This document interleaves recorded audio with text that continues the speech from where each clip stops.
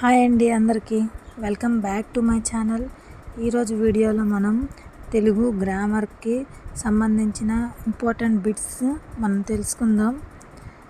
First one, వర్ణమాలలోని గజడదబలు అనే అక్షరాల వ్యాకరణ పరిభాషలో గజడదబ అనేది ఏ వ్యాకరణ పరిభాషలో వస్తుంది? ఆప్షన్ 1 అనునాసికాలు, 2 అచ్చులు, 3 కృత్తులు, 4 సరళాలు. And the right answer is సరళాలు. ఇక్కడ గ, జ, డ, బ, ద అలాగే ద కూడా సరళాల కిందకి వస్తుంది. దీన్ని సెకండ్ వన్, మంజరి పర్యాయ పదాలు. చెట్టు, వృక్షము, గుత్తి, సమూహము, ముత్యము, చిగురు, గుత్తి. 4 ఆప్షన్స్ ఇచ్చున్నారు. ఇందులో మంజరి అనే పదానికి పర్యాయ పదాలు మంజరి, గుత్తి, సమూహం. గుత్తి, సమూహం అనేవి మంజరి అనే పదానికి పర్యాయ పదాలు. వ్యాకరణ పరిభాషలో వృద్ధులు. ఫస్ట్ వన్ ఐ, ఔ, సెకండ్ ఏ, ఓ, థర్డ్ ఐ, ఓ, ఫోర్త్ వన్ ఔ, ఈ. దీనికి ఆన్సర్ ఐ, ఔ. వ్యాకరణ పరిభాషలో వృద్ధులు ఐ, ఔ అని పిలువబడతాయి. నెక్స్ట్ క్వశ్చన్, వజ్రాయుధము, పిడుగు అను నానార్థాలు గల మాట.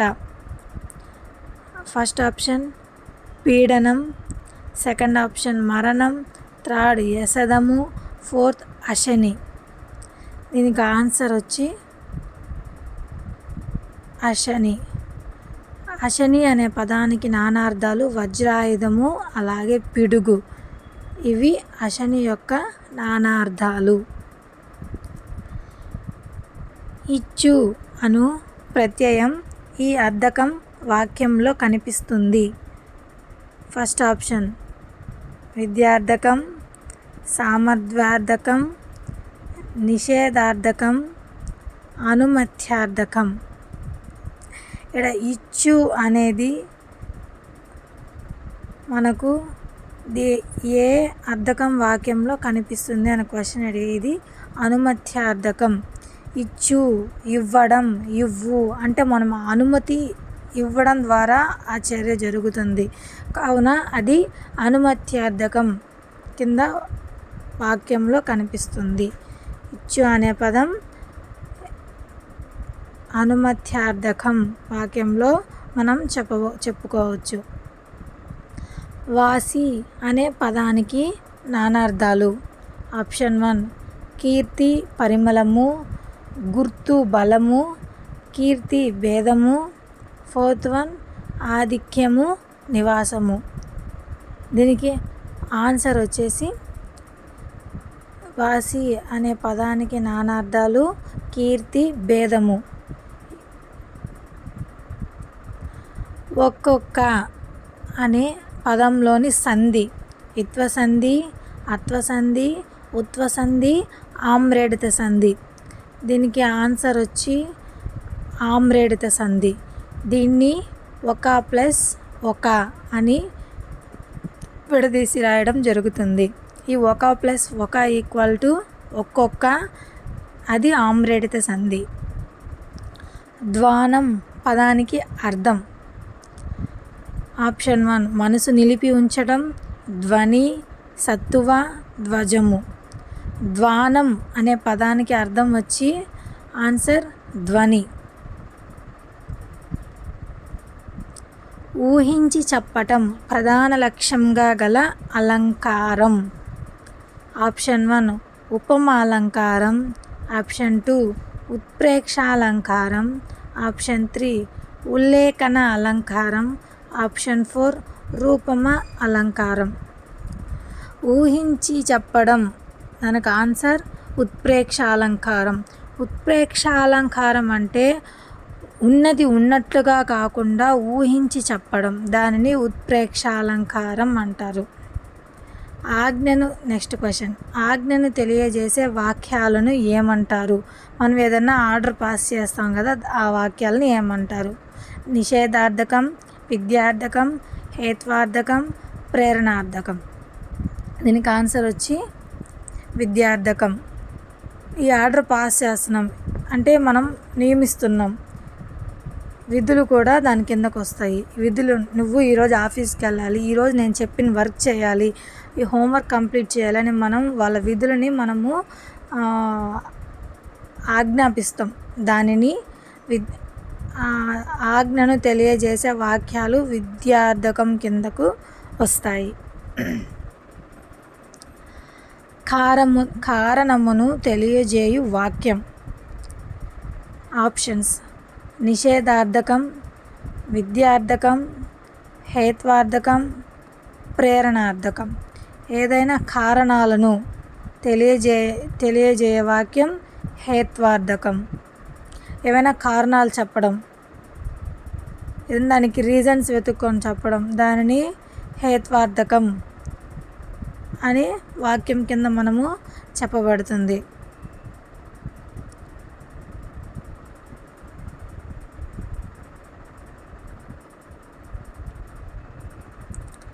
విద్యార్థులకు క్షమ అవసరం.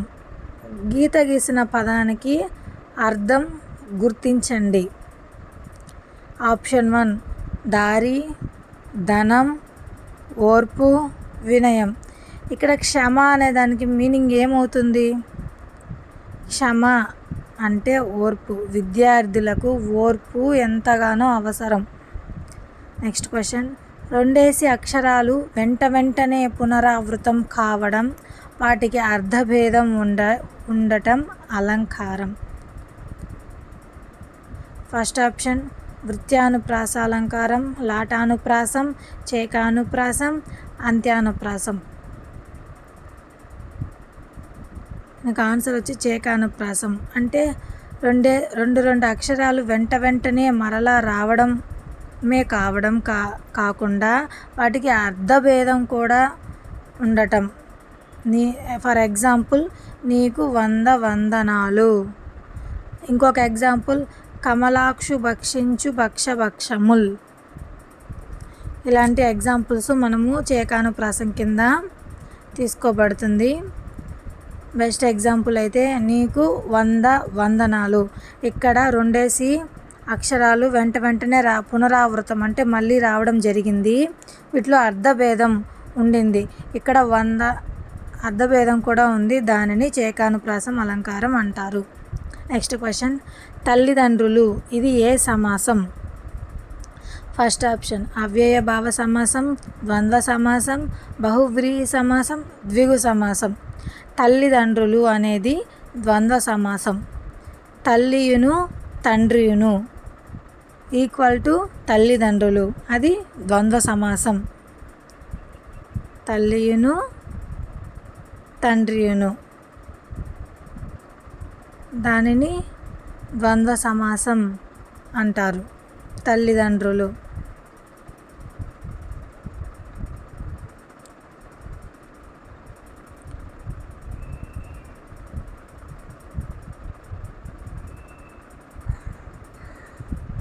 అలాగే సూర్యచంద్రుడు, సూర్యును చంద్రుయును. ఇంకొక ఎగ్జాంపుల్, పర్ఫెక్ట్ ఎగ్జాంపుల్ సూర్యచంద్రులు. నెక్స్ట్ లక్ష్మణులు, రాముయును లక్ష్మణును. అలాగే అన్నదమ్ములు అనేది కూడా ద్వంద్వ సమాసం కింద వస్తుంది.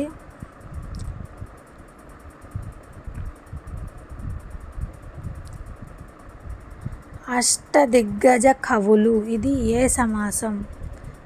ఫస్ట్ వన్ అవ్యయీ భావ సమాసం, ద్వంద్వ సమాసం, బహువ్రీహి సమాసం, ద్విగు సమాసం. ఇక్కడ దీనికి ఆన్సర్ వచ్చి ద్విగు సమాసం. అష్టదిగ్గజ కవులు, ఇక్కడ అష్టదిగ్గజ అనే పదంలో సంఖ్యను తెలియజేస్తుంది. సంఖ్యను తెలియజేసే ఏ పదమైనప్పటికీ అది ద్విగు సమాసం కిందకు వస్తుంది. అష్టదిగ్గజ కవులు 7 చేపలు. అష్టదిగ్గజ కవులు 8 అను సంఖ్య గల కవులు, అది ద్విగు సమాసం. ఫర్ అనదర్ ఎగ్జాంపుల్ 7 చేపలు. 7 అను సంఖ్య గల చేపలు. 3 అన్నదమ్ములు. 3 అను సంఖ్య గల అన్నదమ్ములు. నవగ్రహాలు. నవరసాలు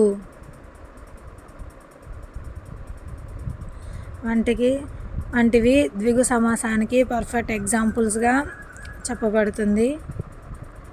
సాతి అన్న పదానికి పర్యాయపదం. వస్త్రము, దూకులము, అంచరం, పైవన్నీ. దీనికి ఆన్సర్ వచ్చి 4th ఆప్షన్ పైవన్నీ. సాతి అనే పదానికి వస్త్రము, దూకులము, అంచరం అనే 3 పర్యాయ పదాలు ఉన్నాయి. ఈ 3 పర్యాయ పదాలు సాతి అనే దానికి పర్యాయ పదాలు. పుత్రుడు అన్న పదానికి వికృతి.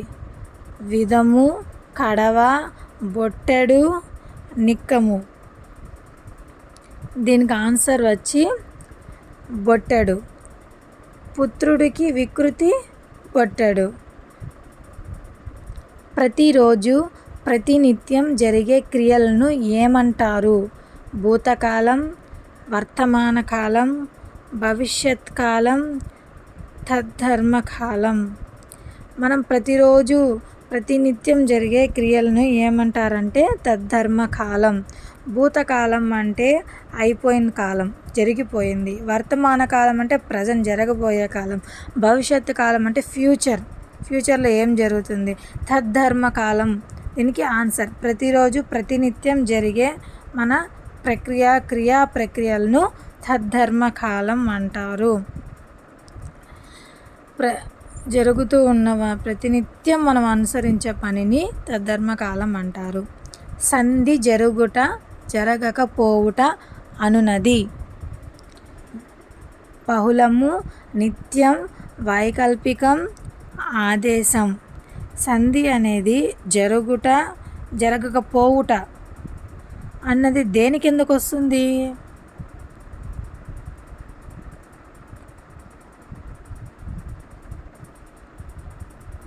వైకల్పికం. త్రికాలు అని ఏ అక్షరాలకు పేరు? ఆ, ఈ, 4th ఆప్షన్ అండి. ఆ, ఈ, ఏ. ఈ 3 అక్షరాలను మనము త్రికాలు అంటాము.